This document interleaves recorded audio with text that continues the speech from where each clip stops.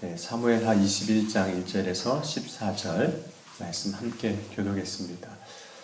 다윗의 인생 가운데 오늘 읽은 21장 전까지 여러 번의 위기 혹은 고난이 있었습니다. 압살롬의 반역이 있었지만 그것이 이제 끝나고 또 그 이후에 세바의 반역도 있었지만 이제 세바의 죽음으로 그 반역도 종식이 됩니다. 그래서 이제 다윗의 시대가 열리면서 다시 평화의 시대 혹은 안정된 삶을 살 수 있는 그런 시대가 열릴 것을 기대했거든요. 그런데 오늘 보면 그렇지가 않은 겁니다. 또 이제 기근이 이제 들기 시작했습니다. 다윗이 왕위에 오를 때 사울 왕이 다윗을 죽이려고 이제 했었습니다. 그 위기가 끝난 후에 다윗이 바세바를 범하는 죄를 범하기 전까지는 형통을 했습니다. 근데 이제 새롭게 시대가 열렸는데 형통으로 가지 못하고 다시 위기가 이제 찾아온 거죠. 오늘 1절 보면 다윗의 시대에 해를 거듭하여 3년 기근이 있으므로 이렇게 말씀합니다. 사실 기근은 사람이 어떻게 하기가 어려운 문제입니다. 물론 요즘에는 그런 자연재해를 어떻게 대처하려는 인간의 노력들이 있지만 근본적으로는 이 기근의 문제는 사람이 해결할 수가 없습니다. 막을 수가 없습니다. 하나님의 영역입니다. 그렇기 때문에 하나님을 믿지 않는 사람들의 경우에는 자신의 문제로 해결이 안 되니까 하나님의 영역임에도 불구하고 모르기에 우상을 섬기는 거죠. 특별히 가나안 땅 사람들은 우상을 섬길 때 이 기근의 문제를 해결하기 위해서 바알 신을 섬겼습니다. 바알은 이제 비와 폭풍을 주관하는 신이었기 때문에 바알 신을 이제 섬기는 거죠. 그런데 바알 신을 섬긴다고 해서 이 기근의 문제가 가나안 땅에서 사실은 해결되지는 않습니다. 그럼에도 불구하고 이제 우상을 섬기는 그 신앙이 이제 가나안 땅에서 이제 변하지 않고 그냥 남아 있습니다. 우상을 섬기는 사람들과 하나님을 섬기는 사람들의 대결이 엘리야 선지자 때 있었습니다. 바알을 섬기는 제사장들과 하나님을 섬기는 엘리야 선지자가 누가 참 하나님인지 우리가 해보자 하고 갈멜산에서 대결했던 그런 장면들이 있거든요. 그럼 다윗의 시대가 열렸지만 여전히 이 기근의 문제, 사람의 힘으로 왕의 힘으로 해결할 수 없는 문제가 딱 일어나고 나니까 다윗이 한 것이 있습니다. 오늘 1절 다시 한번 보겠습니다. 21장 1절 다윗 함께 읽겠습니다. 다윗의 시대에 해를 거듭하여 3년 기근이 있으므로 다윗이 여호와 앞에 간구하매 여호와께서 이르시되 이는 사울과 피를 흘린 그의 집으로 말미암음이니 그가 기브온 사람을 죽였음이니라 하시니라. 기근의 문제가 생기니까 내가 해결할 수 없는 어떤 상황, 일들이 벌어지니까 다윗이 한 일이 하나님께로 나아가는 겁니다. 그래서 하나님 앞에 부르짖거든요. 그리고 우리의 인생에 기근과 같은 삶의 일들이 벌어질 때, 그러니까 우리의 힘으로 해결할 수 없는 일이 벌어질 때 참 어렵습니다. 고통스럽고 괴롭고 힘든 시간을 보낼 수밖에 없는 거죠. 그런데 그 일 때문에 결국에는 하나님께로 나아가는 겁니다. 다윗도 마찬가지였고 하나님 앞에 간구합니다. 그럼 다윗이 어떻게 간구했을까요? 물론 당연히 이제 기근의 문제가 있기 때문에 비를 달라고 간구했을 겁니다. 문제 앞에서 그 문제를 해결해 달라고 구하는 것이 일반입니다. 그런데 하나님이 그 기도를 들으시고 응답은 어떻게 하셨냐면 중간에 보면 하나님이 이렇게 말씀하세요. 여호와께서 이르시되 이는 사울과 피를 흘린 그의 집으로 말미암음이니 그가 기브온 사람을 죽였음이니라 하시니라. 그럼 하나님이 기도를 들으시고 기근의 이유에 대해서 이야기하시는데 그 이유를 뭐라고 말하냐면 사울의 죄 때문이다라고 이제 말씀을 합니다. 그러니까 기근의 이유가 현재 일에 대한 어떤 심판이 아니라 지난날 과거의 일에 대한 하나님의 심판이라고 말씀을 해주신 거죠. 물론 이제 모든 기근을 다 하나님의 심판이라고는 다 이야기할 수는 없습니다. 하지만 다윗이 기도할 때 하나님이 그 기근의 이유를 말씀하신 것은 지난날 과거의 일이지만 그 문제, 아직 해결하지 않은 그 문제를 지금 다윗에게 해결하라고 말씀을 해주신 겁니다. 그러면 기브온 사람들에게 도대체 어떤 일이 있었길래 지금 그 일이 지금의 현재에 영향을 주고 있느냐는 거죠. 오늘 성경 보면 기브온 사람들을 이스라엘 사람이 아니라고 말씀을 합니다. 아모리 사람들 중에 남은 자입니다.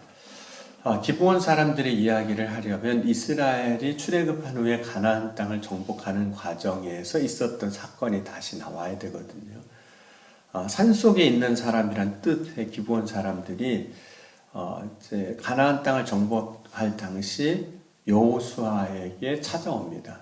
마치 멀리 있는 성 사람들, 백성들처럼 해서 속여서 찾아와서 우리와 불가침 조약을 맺자 이렇게 이야기를 합니다. 그때 여호수아가 기브온 사람들에게 사실 속은 거죠. 하나님과 상의하지 않고 그들과 불가침 조약을 맺습니다. 그 결과 가나안 땅 정복할 때 그들이 죽임을 당하지 아니하고 이스라엘 백성의 종이 되어서 성전에서 막리를 하는 사람들이 이제 되거든요. 그런데 사울 왕은 어쩐 일인지 그들 과거에 우리와 함께 살기 시작한 그 기브온 사람들을 싫어합니다. 그리고 그들을 이제 죽였던 거죠. 그럼 하나님은 어떤 분이시냐면 신실하신 하나님이십니다. 신실하시다는 것은 약속하신 것은 반드시 지키시는 하나님이시란 뜻입니다. 여호수아가 물론 기브온과 그 맺은 언약이었지만 하나님은 그것조차도 하나님의 일은 맺은 언약이기 때문에 신실하게 지켜지기를 원하셨습니다. 그런데 하나님은 그 언약을 버리고 기브온 사람들을 죽인 사울에 대해서 심판을 하시는 거예요. 늦었지만 하시겠다는 겁니다. 다윗이 이제 하나님이 기도할 때 응답하신 그 내용을 알고 기브온 사람들에게 찾아가는 거죠. 그래서 다윗이 기브온 사람들에게 묻습니다. 내가 어떻게 해주기를 원하느냐. 물론 이 일은 다윗이 일으킨 문제가 아닙니다. 사울 왕 때라고 그랬거든요. 그럼에도 불구하고 다윗이 찾아가서 그러면 내가 어떻게 해주기를 원하느냐 묻습니다. 그 이유는 사울 왕의 일이지만 그 죄에 대한 속죄를 자신이 하겠다는 거예요.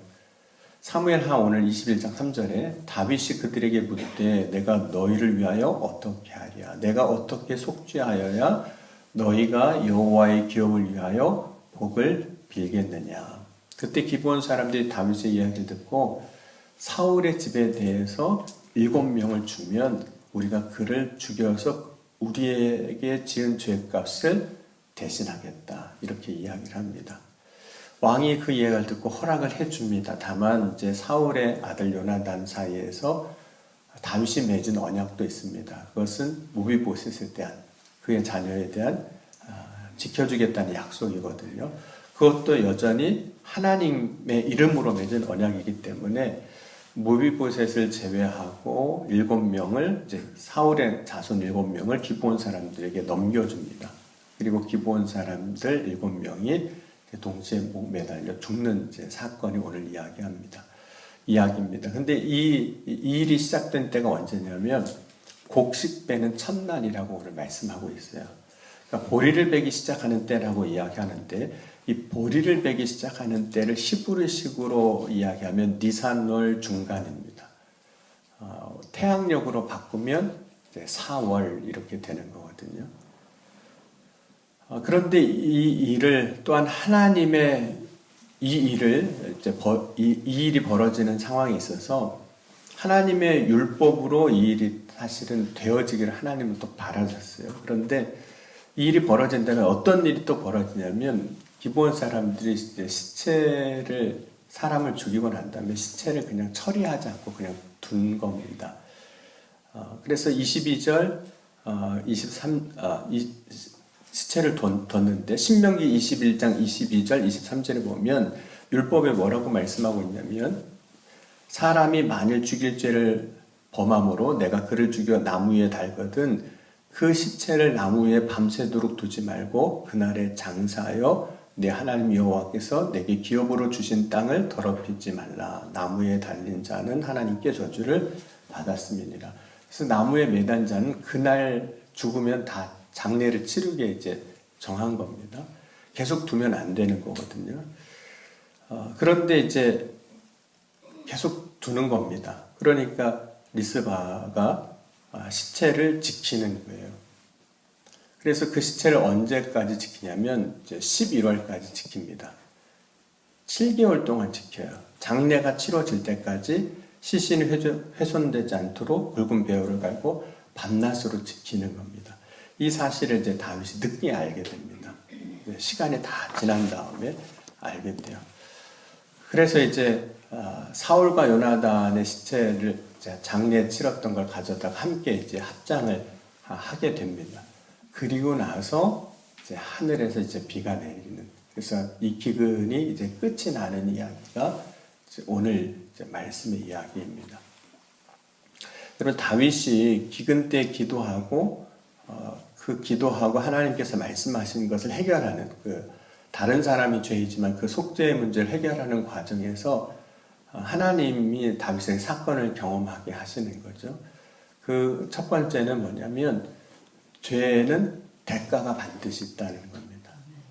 비록 이게 나의 죄는 아니었어요. 다윗의 죄는 아니었지만 그 대가를 누군가가 반드시 치르게 되어 있다는 겁니다. 하나님이 죄에 대해서 그냥 넘어가시지 않았다는 겁니다. 나중 시간이 지난 다음에도 반드시 그 결과가 오기 때문에 하나님은 그 문제를 오늘 이 기근의 문제를 통해서 다윗을 통해서 해결하게 하셨던 거죠. 그래서 우리가 믿음 안에서 살 때 항상 조심해야 할 것은 죄에 대하여 가볍게 여기지 말아야 한다는 겁니다. 그리고 만약 죄를 지었다면 반드시 그 죄의 문제를 해결해야 한다는 거예요. 그것이 내 문제가 아니라 할지라도 해결을 해야 한다는 겁니다. 그리고 그 문제가 해결되고 나니까 그 다음에 다른 문제도 풀리는 걸 이제 보는 겁니다. 기근의 문제가 이제 해결이 되는 거죠. 하나님 비를 주셨습니다. 여러분, 오늘 우리의 문제에 앞서 먼저 해결해야 할 죄가 혹시 있지 않은가, 오늘 말씀을 통해서 돌아보는 저와 여러분이 될 수 있기를 주님으로 간절히 축원합니다. 죄의 문제를 해결한 후에야 비로소 하나님이 은혜를 구할 때 그 은혜의 역사가 흘러가는 걸 또 보는 거예요. 그러니까 죄가 뭔가 막힘이 되는 역사를 보는 겁니다. 그럼 야고보서 5장 16절에도 이렇게 말씀하고 있어요. 그러므로 너희 죄를 서로 고백하며 병이 낫기를 위하여 서로 기도하라. 의인의 간구는 역사하는 힘이 큼이니라. 그냥 서로 기도하라 이렇게 말씀해도 되거든요. 병 낫기를 위해서 서로 기도하라. 그런데 그 앞에 반드시 뭐라고 말씀하고 있냐면 너희 죄를 서로 고백하며 병 낫기를 위하여 서로 기도하라. 하나님의 역사가 흘러감에 있어서 막힘이 되는 것이 있다면 그걸 먼저 해결을 하라는 거예요. 그래야 온전히 하나님이 그 인생의 그 삶에 하나님의 역사가 흘러가니까 그걸 해결하라고 말씀하고 있는 거거든요. 오늘 다윗이 이제 이스라엘 역사 안에 있었던 그 문제를 이제 해결을 합니다. 그리고 나서 하나님이 이제 비를 주시는 겁니다.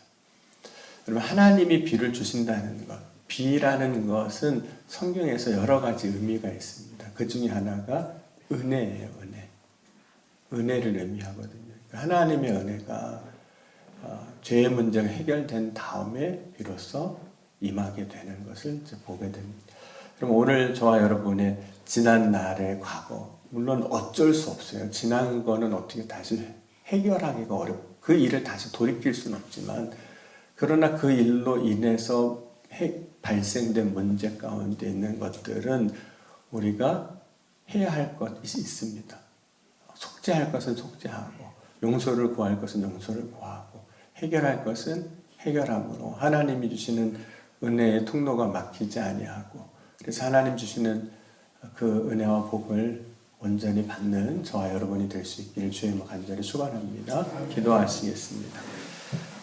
사랑과 은혜가 풍성하신 하나님, 오늘 이 아침에도 말씀을 통해서 우리의 지난 날을 다시 한번 돌아보고 점검하게 하여 주옵소서.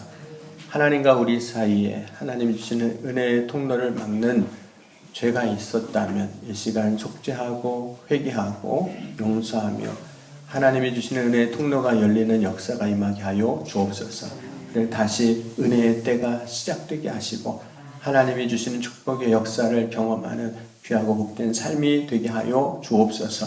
오늘도 주님을 바라고 소망하며 간구합니다. 주여, 이 새벽에 부르짖을 때 응답하여 주옵소서. 이 새벽에 주님을 찾을 때 주님 만나주시고 주의 얼굴을 구할 때 역사하여 주시옵소서. 하나님 앞에 나아가는 일을 조금도 주저하지 아니하게 하시고 전심으로 믿음으로 구하며 주님 앞에 나아갈 때 주의 사랑으로 주의 은혜로 이 시간 충만하게 하여 주옵소서. 주님께서 능히 각 사람 가운데 역사하여 주실 것을 믿사오며 사랑이 많으신 우리 주 예수 그리스도의 이름으로 감사하며 간절히 기도하옵나이다. 아멘.